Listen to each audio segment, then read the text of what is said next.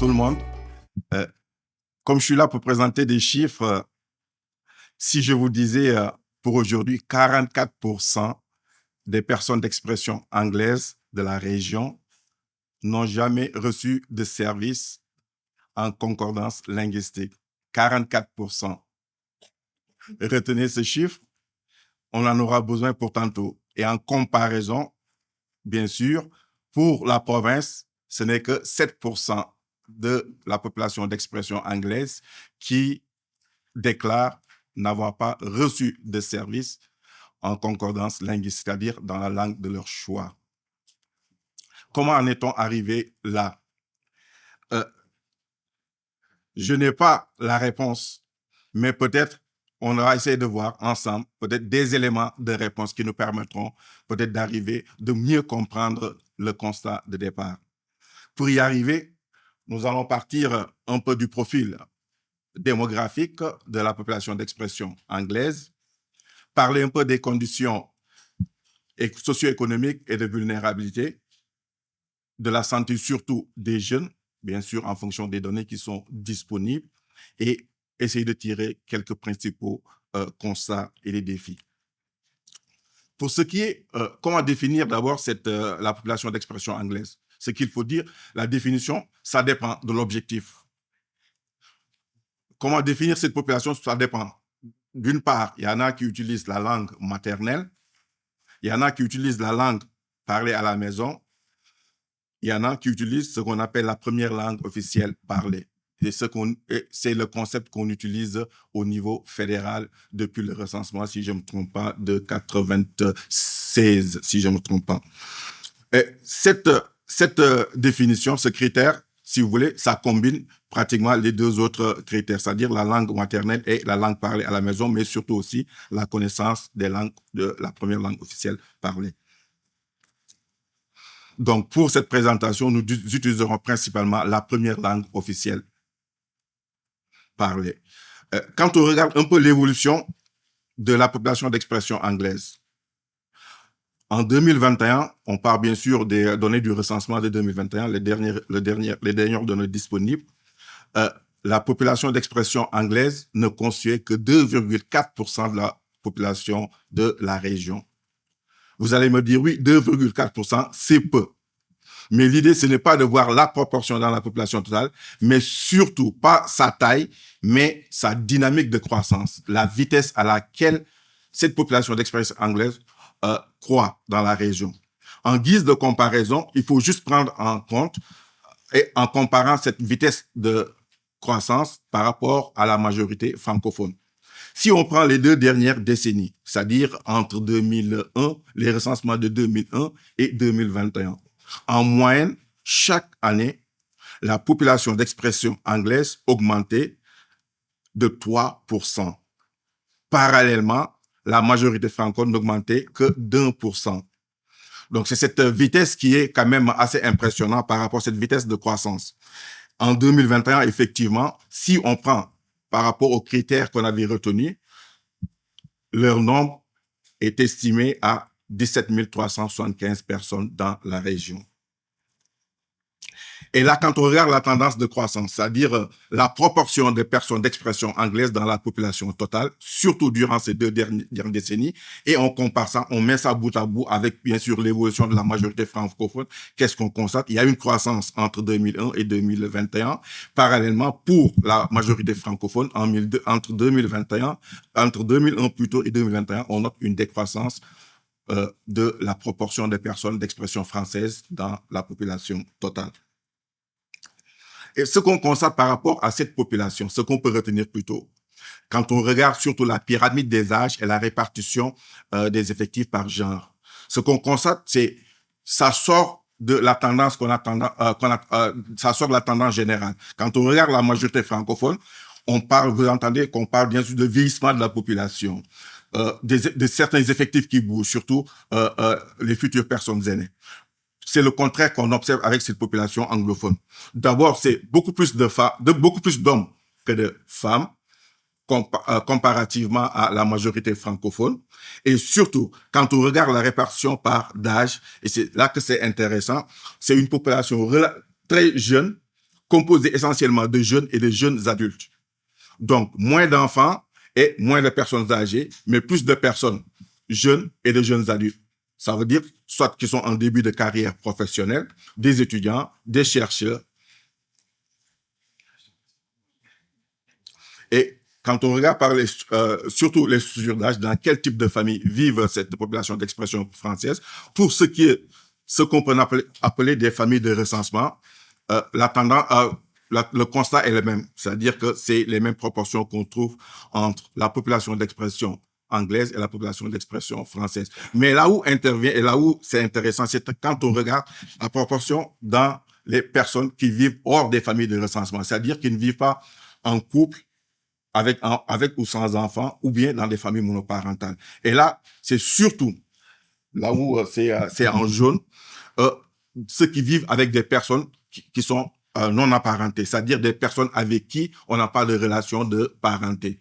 Et là, c'est là qu'on constate que peut-être, effectivement, il y a beaucoup de personnes d'expression anglaise qui vivent en colocation ou bien en chambre de pension, c'est-à-dire vivre avec des personnes non apparentées. Et là, l'idée qui vient derrière, c'est peut-être ce qu'on a, cette dynamique de jeunesse, et beaucoup aussi d'étudiants, mais aussi de chercheurs, des personnes qui viennent peut-être très mobiles.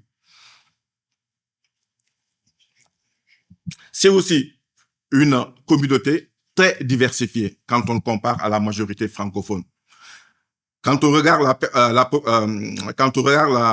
population d'expression anglaise, 30,3% de la population sont des immigrés. Quand on compare ça, alors que dans la population d'expression française, c'est 6%. Et quand on regarde surtout les résidents non permanents, c'est 10% comparé à 1,7% pour la population d'expression française. Et c'est même plus quand on compare encore la population d'expression anglaise de l'ensemble du Québec, de la province. C'est pour vous dire, par exemple, que ces des immigrants et des résidents non permanents occupent une part très importante dans la communauté d'expression anglaise de la capitale nationale. Où habite cette population? Quand on réfléchit en termes de territoire de CLSC, surtout pour ceux qui sont dans le secteur de la santé, on retrouve pratiquement, en termes de nombre, c'est dans le territoire de CLSC de Sainte-Foy-Sillery qu'on observe pratiquement une personne sur 4 habite dans ce territoire de CLSC. En termes de proportion, c'est-à-dire que la part qu'occupe la population d'expression anglaise dans la population totale, ça c'est à Québec-Hauteville et à Sainte-Foy-Sillery aussi qu'on observe les proportions les plus élevées. Et aussi que si on prend données qui n'est pas présentée ici, entre 2016, les deux derniers recensements, 2016 et 2021, c'est en Hauteville que la proportion de personnes d'expression anglaise dans la population totale a le plus augmenté. Et quand on réfléchit en termes, par exemple, de municipalité, pour avoir tout, c'est vraiment dans la MRC, la Jacques-Cartier, qu'on observe la proportion la plus importante de personnes d'expression anglaise dans la population totale. C'est dû principalement à Shannon et Saint-Gabriel de Valcartier, où la part, mais bien sûr, il y a la base militaire qui est là-bas à côté.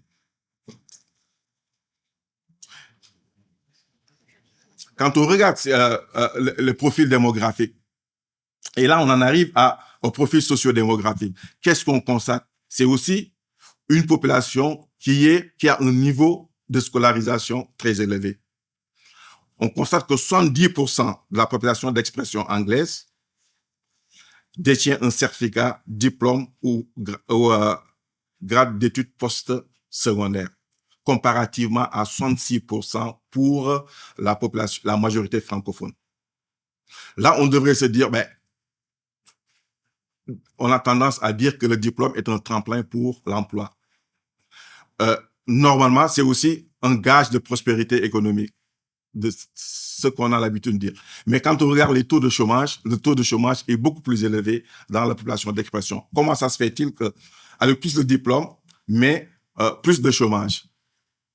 La question est posée. Oui, il peut y avoir la reconnaissance mais quand on va aller beaucoup plus en profondeur, on sait qu'en plus de du problème de reconnaissance des diplômes, il peut y avoir plus d'autres facteurs. Ce que je peux appeler des facteurs peut-être moins visibles. Et quand on regarde surtout le taux de chômage aussi, qu'on essaie de répartir le taux de chômage par rapport au groupe d'âge, ce qu'on constate que dans tous les groupes d'âge, c'est-à-dire chez les 15-24 ans, 25-44 ans, 45-64 ans, la proportion, le taux de chômage est beaucoup plus élevé comparativement à la majorité francophone dans ces groupes d'âge-là. Et quand on prend un critère, un indicateur, bien sûr, de vulnérabilité sur le marché du travail, qui est le travail à temps plein ou à temps partiel, qui est un indicateur de vulnérabilité, on constate que la part la plus importante de cette population d'expression anglaise travaille à temps partiel.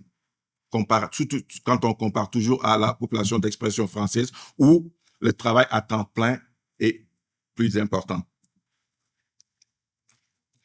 Par rapport aux disparités de revenus, bien sûr, ce qu'on peut constater, surtout quand on prend le revenu après impôt, le revenu médian après impôt, on note on note qu'il y a une différence de 2400 $. C'est-à-dire que la majorité francophone en moyenne gagne 2400 de plus que la population d'expression anglaise. Mais si on se fie juste au revenu d'emploi, tiré d'emploi, là, l'écart est beaucoup plus important. On tombe à 5200 $ de différence. Et quand on essaie de se projeter, qu'est-ce qu'on constate pour l'écart salarial? On constate qu'en 2006, la communauté d'expression anglaise gagnait 3,5% de plus que la population d'expression française. En 2016, la tendance s'est inversée. La population d'expression française gagne 3,5% de plus. Et en 2021, l'écart s'est agrandi. On est passé de 3,5 à 5,8% de plus. Donc, ça veut dire que l'écart continue de s'agrandir entre 2016 et 2021. Là, on en arrive à, c'est sûr, quand on travaille moins, et puis on en arrive à ce qu'on appelle la vulnérabilité socio-économique, c'est-à-dire le taux de pauvreté. On a pris comme mesure la mesure officielle au Canada, qui est la mesure du panier de consommation. Donc, et le seuil en 2020 était estimé à, c'est-à-dire 19 600 $, c'est-à-dire pour avoir le panier de biens essentiels. Quand on regarde par rapport à ce seuil de faible revenu, qu'on a une part beaucoup plus importante dans la communauté d'expression anglaise qui sont en situation de pauvreté comparé à, bien sûr, c'est 2 fois plus comparé à la majorité francophone.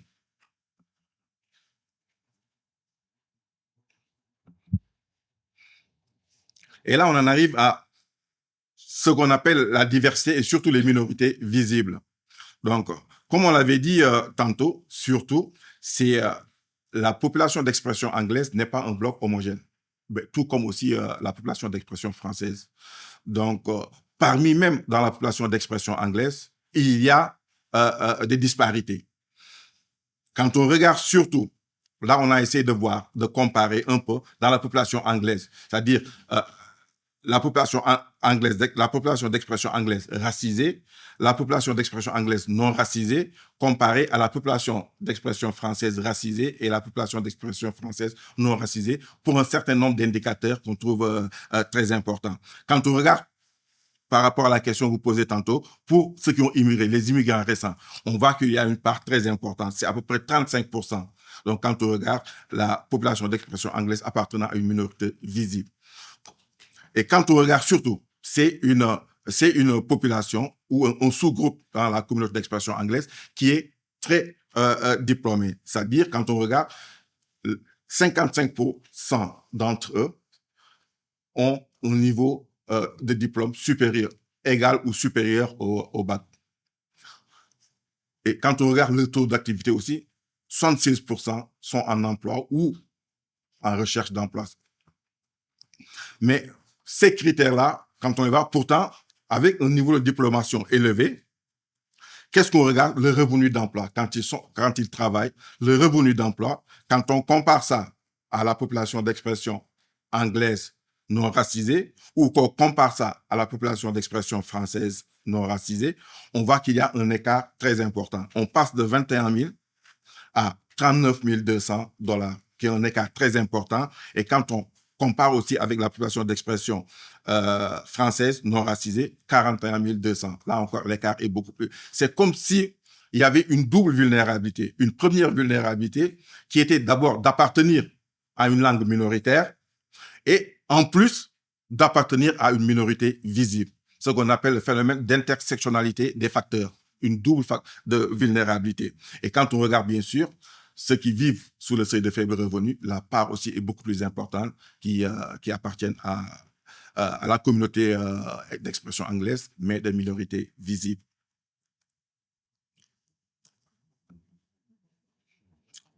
Tous ces facteurs font que, oui, quand on vient d'une famille peut-être qui vit dans la précarité, quand on a du mal à joindre les deux bouts, ou bien quand on travaille à temps partiel avec toutes ces charges, bien sûr, ça peut influer sur la santé. Donc, il ne faut pas séparer tout ce qui est aspect socio-économique, démographique, bien sûr, à certains indicateurs, à la santé. Et ça peut aussi, surtout, la santé des enfants qui appartiennent à ces familles-là. Et là, on a un certain nombre d'indicateurs par rapport à la santé des jeunes. Mais là aussi, ce n'est plus la langue officielle qui est parlée parce que les données viennent de l'enquête québécoise sur la santé des jeunes du secondaire. Et là, c'est la langue d'enseignement qui est utilisée comme critère. C'est-à-dire que les jeunes qui vont dans des écoles anglophones. Ce qui peut dire il peut y avoir des limites, il peut y avoir des jeunes francophones qui vont dans des écoles. Donc ça, c'est les limites de cette enquête-là. Mais c'est la seule source de données qui nous permettent d'avoir des données sur la communauté d'expression anglaise, surtout par rapport aux jeunes, sur ce qui touche leur santé de manière générale. Et quand on regarde, surtout pour un certain nombre d'indicateurs en lien avec la santé mentale, on constate que bien sûr, les jeunes d'expression anglaise sont plus nombreux à avoir reçu un diagnostic de dépression. Quand on les compare, c'est pratiquement la proportion est 2 fois plus comparée aux jeunes qui fréquentent les écoles dont la langue d'enseignement est le français. Et par rapport aux faibles estimes de soi aussi, quand on regarde les proportions, ils sont beaucoup plus nombreux à se situer à un niveau faible à l'échelle d'estime de soi. C'est à peu près 54% comparé à 35% chez les jeunes qui fréquentent des écoles dont la langue d'enseignement est le français. Et tout ce qui touche ce qu'on appelle la santé positive, mais surtout la santé florissante, c'est le niveau le plus haut d'une santé mentale positive. Et quand on regarde cet indicateur-là, on voit qu'ils sont moins nombreux que des jeunes qui fréquentent des écoles dont la langue d'enseignement est le français, à avoir un grand sentiment de bien-être émotionnel ou fonctionnel de manière générale. Et pour tout ce qui touche la santé physique, le temps d'écran, un premier, qui est lié aussi à la santé mentale. Quand on regarde le temps d'écran, surtout le temps d'écran intensif, parce que d'après les recommandations, pour des jeunes au secondaire, c'est environ 2 heures pour les loisirs, moins de 2 heures pour les loisirs. La définition est juste en bas, 2 heures pour les loisirs. Mais ce qu'on regarde, si on regarde juste et là, ça ne prend pas en compte, c'est-à-dire quand on utilise les écrans pour des activités scolaires. C'est juste pour les loisirs, c'est-à-dire WhatsApp, Facebook, YouTube, des trucs comme ça chez les jeunes. Et durant la semaine d'école, parce qu'aussi, il peut y avoir en fin de semaine. Mais ça, c'est juste durant la semaine d'école. Si on regarde le temps d'écran intensif, c'est-à-dire 4 heures et plus, qu'est-ce qu'on constate? Que 32% de ces jeunes passent plus de 4 heures et plus devant un écran au cours d'une journée de semaine à communiquer, à se divertir, comparativement à 21% chez les jeunes dont la langue d'enseignement est le français.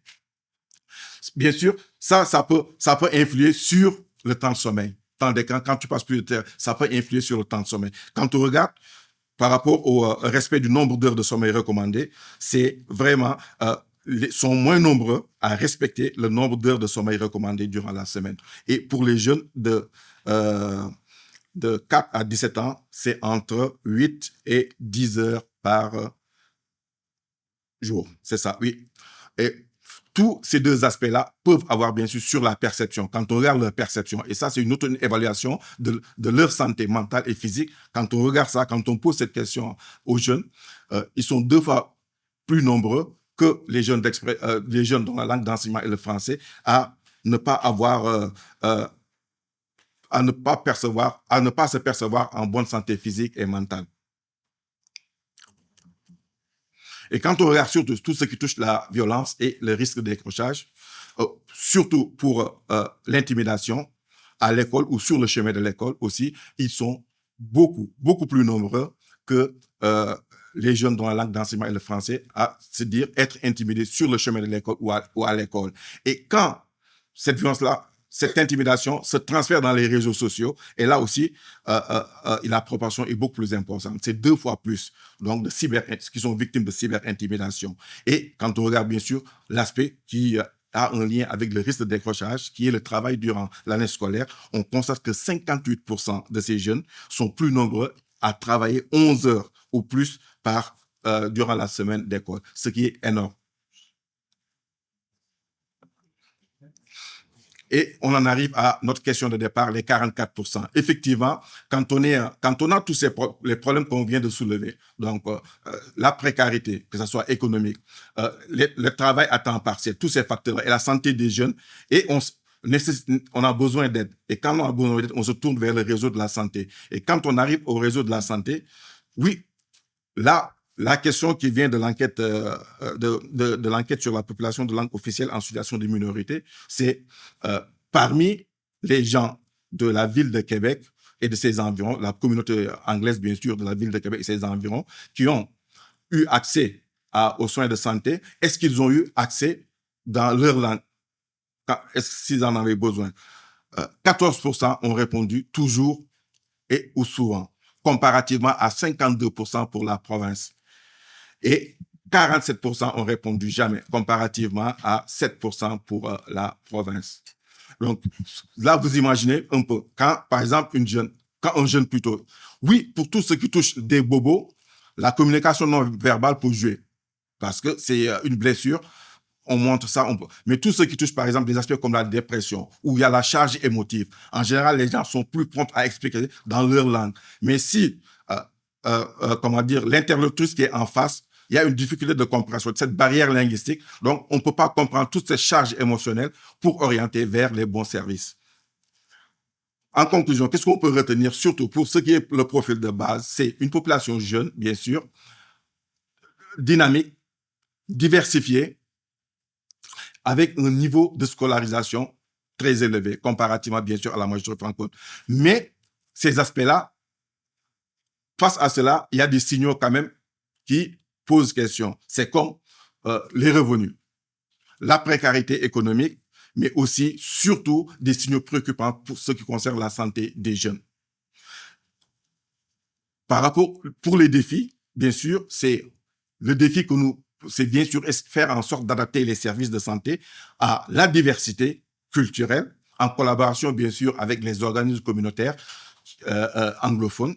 Ça pourrait être pour optimiser, bien sûr, les services, mais aussi, surtout, des besoins d'intervention ciblés, que ce soit en santé mentale chez les jeunes, mais aussi en santé physique. Voilà, en gros, tout ce qu'on pouvait dire aujourd'hui pour la population d'expression anglaise sur le portrait santé. Merci.